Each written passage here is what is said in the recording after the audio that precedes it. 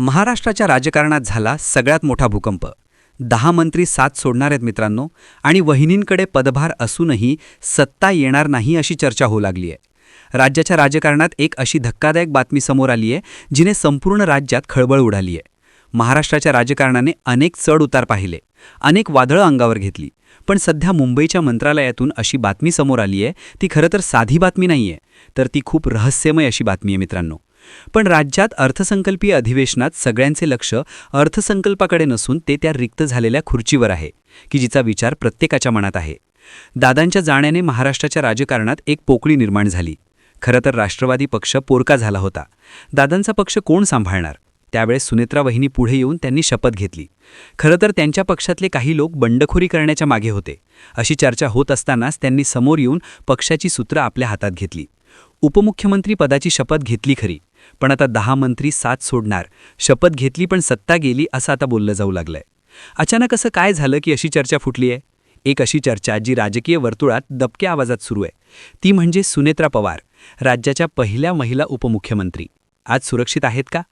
हे संरक्षण केवळ शारीरिक नाही, तर ते राजकीय आणि कौटुंबिक देखील आहे. पण इथेच एक मोठा ट्विस्ट आहे. शपथ तर झाली, पण सत्ता गेली असं नेमकं का म्हटलं जातंय? ज्यावेळी संपूर्ण महाराष्ट्र शरद पवारांच्या चालीकडे पाहत होता, तेव्हा पडद्यामागचा महाचाणक्य आपला गेम करून गेला होता. आता 10 मंत्री साथ सोडणार अशी चर्चा का सुरू झाली आहे? वहिनींच्या अडचणीत वाढ होणार आहे अशा चर्चांना उधाण आलंय. आजच्या या विशेष भागात आपण पडद्यामागे घडणाऱ्या रहस्यांचा पडदा उघडणार आहोत. खरं तर या खेळाची सुरुवात झाली होती जेव्हा अजितदादांच्या अपघाताची बातमी वाऱ्यासारखी पसरली. संपूर्ण महाराष्ट्र हादरला होता. राष्ट्रवादीचे कार्यकर्ते दिशाहीन झाले होते. पण अशाही परिस्थितीत एक चेहरा अतिशय संयमी, संवेदनशील आणि शांत होता. तो चेहरा होता देवेंद्र फडणवीस. लोकांना वाटलं की हा केवळ एक भावुक क्षण आहे. फडणवीस केवळ मदतीसाठी धावून आलेत. पण तिथेच चाणक्याच्या रणनीतीची पहिली पायरी रचली गेली होती. त्यांनी परिस्थिती हाताळताना जो संयम दाखवला त्याने अनेकांची मनं जिंकली. दादा गेले, पण मागे सोडून गेले एक मोठं राजकीय प्रश्नचिन्ह. फडणवीसांनी या दुःखाच्या वातावरणातही अतिशय तोलून मापून आपली पावलं टाकायला सुरुवात केली होती. कुणालाही संशय येणार नाही अशा पद्धतीने त्यांनी राष्ट्रवादीच्या अंतर्गत गोटात आपली विश्वासार्हता निर्माण केली. अधिवेशनाची सुरुवात झाली तीच मुळी एका जड अंतकरणाने. स्वर्गीय अजितदादांच्या शोक प्रस्तावावर बोलताना प्रत्येक नेत्याच्या डोळ्यात पाणी होतं. पण राजकारणात शब्दांना आणि त्यातील सुप्त संकेतांना खूप महत्त्व असतं. राज्याचे मुख्यमंत्री देवेंद्र फडणवीस यांनी जेव्हा दादांचं वर्णन केलं, तेव्हा त्यांनी एक असं वाक्य वापरलं जे आज संपूर्ण महाराष्ट्रात चर्चलं जात आहे. ते म्हणाले, अजितदादा हे महाराष्ट्राने न पाहिलेले असे सर्वोत्तम मुख्यमंत्री होते, जे महाराष्ट्राला मिळू शकले नाहीत. हे वाक्य केवळ श्रद्धांजली नव्हतं, तर ते एका मोठ्या राजकीय प्रवासाचे विश्लेषण होतं. त्यांच्या प्रशासकीय कौशल्याचा आदर करतानाच फडणवीसांनी एक सप्त संदेश दिला होता की आता या वारसाचा खरा रक्षक मीच आहे. हे बोलत असताना त्यांच्या आवाजातील जडपणा आणि चेहऱ्यावरील गांभीर्य पाहून कुणालाही वाटलं नसेल की याच शब्दांच्या मागे राष्ट्रवादीला सॉफ्ट टार्गेट बनवण्याची योजना दडलेली आहे. दादांच्या पश्चात सुनेत्रा वहिनींना राज्याच्या पहिल्या महिला उपमुख्यमंत्री म्हणून शपथ देण्यात आली. राजभवनाचा तो दरबार हॉल टाळ्यांच्या कडकडाटाने घुमून निघाला. सुनेत्रा वहिनींच्या चेहऱ्यावर जबाबदारीचा भाव होता. पण याच शपथविधीच्या मागे एक गुपित ट्रॅप रचला गेला होता. वहिनींनी उपमुख्यमंत्री पदाची शपथ तर घेतली, पण सत्तेच्या चाव्या त्यांच्या हातात आल्या का? सूत्रांकडून मिळालेली माहिती धक्कादायक आहे. वहिनींना शपथ दिली गेली जेणेकरून जनतेची सहानुभूती मिळेल, पण प्रशासकीय निर्णयांचे सर्व अधिकार हळूहळू फडणवीसांकडे वळवण्यात आले. शपथ झाली, पण सत्ता गेली हे ब्रीदवाक्य इथूनच सार्थ ठरायला लागलं आहे. आज सुनेत्रा वहिनी खुर्चीवर आहेत, पण त्या खुर्चीला असणारी ताकद सागर बंगल्यावरून नियंत्रित केली जात आहे. कुणालाही काही कळण्याआतच फडणवीसांनी सुनेत्रा वहिनींना एका अशा चौकटीत बंद केलं जिथे त्या केवळ एक प्रोटोकॉल चेहरा बनून राहिल्या. विधिमंडळातील सोहळ्यानंतर वर्लीच्या NSCI डोम सभागृहात एक भव्य शोकसभा झाली. मुकेश अंबानी, गौतम अदानीसारखे दिग्गज तिथे होते. या गर्दीत सुनेत्रा वहिनी शांत होत्या, पण या सभेच्या आड कोणाचेही लक्ष नसताना काही गुप्त मोहरे फिरवले जात होते.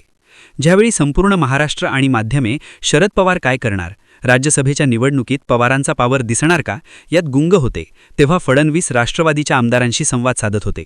प्रफुल्ल पटेल आणि सुनील तटकरे यांसारख्या नेत्यांना विश्वासात घेऊन फडणवीसांनी अशी तटबंदी रचली की सुनेत्रा वहिनी स्वतःच्या पक्षात एकाकी पडू लागल्या. लोकांनी शरद पवारांच्या चालीवर लक्ष केंद्रित केलं होतं, पण महाराष्ट्राचा हा चाणक्य कुणालाही न समजता संपूर्ण गेम फिरवून गेला होता. असं म्हणतात की भारतीय जनता पक्ष कोणतीही गोष्ट घाईत करत नाही. त्यांची तयारी 3 ते 4 वर्ष आधीपासून सुरू असते. सध्या भाजपला स्वतःच्या बळावर बहुमत नाही. त्यांना मित्रपक्षांचा आधार घ्यावा लागतोय. पण 100% भाजपचा नारा देणारा हा पक्ष 2029च्या तयारीला आत्तापासूनच लागला आहे.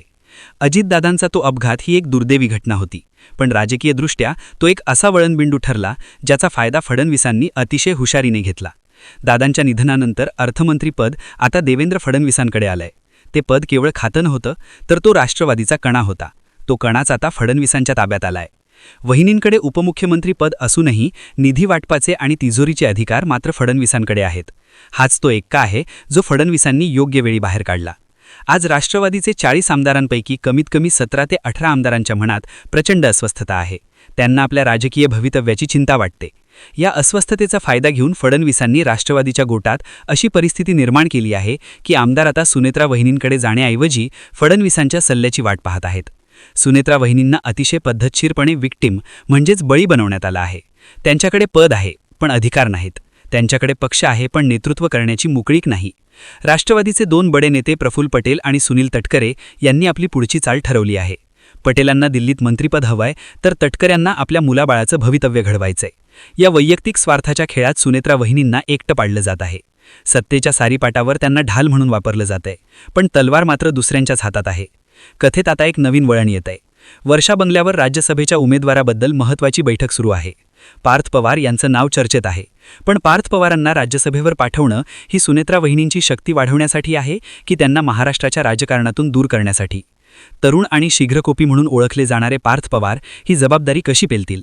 2-3 दशक राजकारण केलेल्या ज्येष्ठ नेत्यांना पार्थ पवारांच्या नेतृत्वाखाली काम करणं जमेल का, की याच मुद्द्यावरून राष्ट्रवादीत लोटस ऑपरेशन 2ला सुरुवात होईल? जय पवार यांचा स्वभावही काहीसा असाच आहे. अशावेळी कुटुंबातील ही राजकीय महत्त्वाकांक्षा सुनेत्रा पवारांसाठी वरदान ठरेल की शाप, हे पाहणं महत्त्वाचं आहे. फडणवीसांनी या कौटुंबिक महत्त्वाकांक्षेला सुद्धा आपल्या रणनीतीचा भाग बनवला आहे. महाराष्ट्राच्या राजकारणात ऑपरेशन लोटस हा शब्द आता नवा राहिलेला नाही, पण आता चर्चा आहे ती लोटस 2ची. राष्ट्रवादीच्या आमदारांमध्ये जी अस्वस्थता आहे ती पाहता भाजपला पुन्हा एकदा आपली ताकद वाढवण्याची संधी मिळतेय का? अनेक मंत्री जसे की धनंजय मुंडे किंवा माणिकराव कोकाटे हे सध्या देवाभाऊ म्हणजेच देवेंद्र फडणवीस यांच्या आशीर्वादाकडे डोळे लावून बसले आहेत. जर राष्ट्रवादीचे हे आमदार आणि नेते हळूहळू भाजपच्या जवळ गेले तर सुनेत्रा पवारांचे नेतृत्व धोक्यात येऊ शकतं. ही केवळ राजकीय भीती नाही, तर ही एक अशी शक्यता आहे ज्याकडे दुर्लक्ष करणं राष्ट्रवादीला महाग पडू शकतं. CID तपास किंवा इतर यंत्रणांच्या चौकशांचा ससेमिरा मागे लागण्यापेक्षा भाजपसोबत जाणं अनेक नेत्यांना सोयीचं वाटतंय. फडणवीसांनी कोणावरही थेट आरोप केला नाही, कोणालाही विलन ठरवला नाही, पण त्यांनी अशी परिस्थिती निर्माण केली की प्रत्येक रस्ता भाजपच्या दिशेने जातोय. आता आपण कथेच्या शेवटच्या टप्प्यावर आहोत. अजितदादांच्या निधनानंतर निर्माण झालेले हे वादळ सुनेत्रा पवारांना कुठे घेऊन जाणार हा खरा सस्पेन्स आहे. तपास यंत्रणांकडून मिळालेल्या काही गोपनीय माहितीनुसार राष्ट्रवादीच्या अंतर्गत गटात आता प्रचंड फाटाफूट होण्याची शक्यता आहे. सुनेत्रा पवारांना सर्वात मोठा धोका हा बाहेरून म्हणजेच भाजपकडून दिसत असला तरी तो प्रत्यक्षात अदृश्य आहे. कारण भाजपने त्यांना सन्मान दिलाय पण सत्ता काढून घेतलीय. खरा धोका हा घरातून आणि पक्षामधूनच असल्याची शक्यता नाकारता येत नाही. ज्या सहकाऱ्यांवर दादांनी विश्वास ठेवला तेच आता स्वतःच्या अस्तित्वासाठी सुनेत्रा पवारांच्या नेतृत्वाचा बळी देणार नाहीत ना? शपथ झाली पण सत्ता गेली.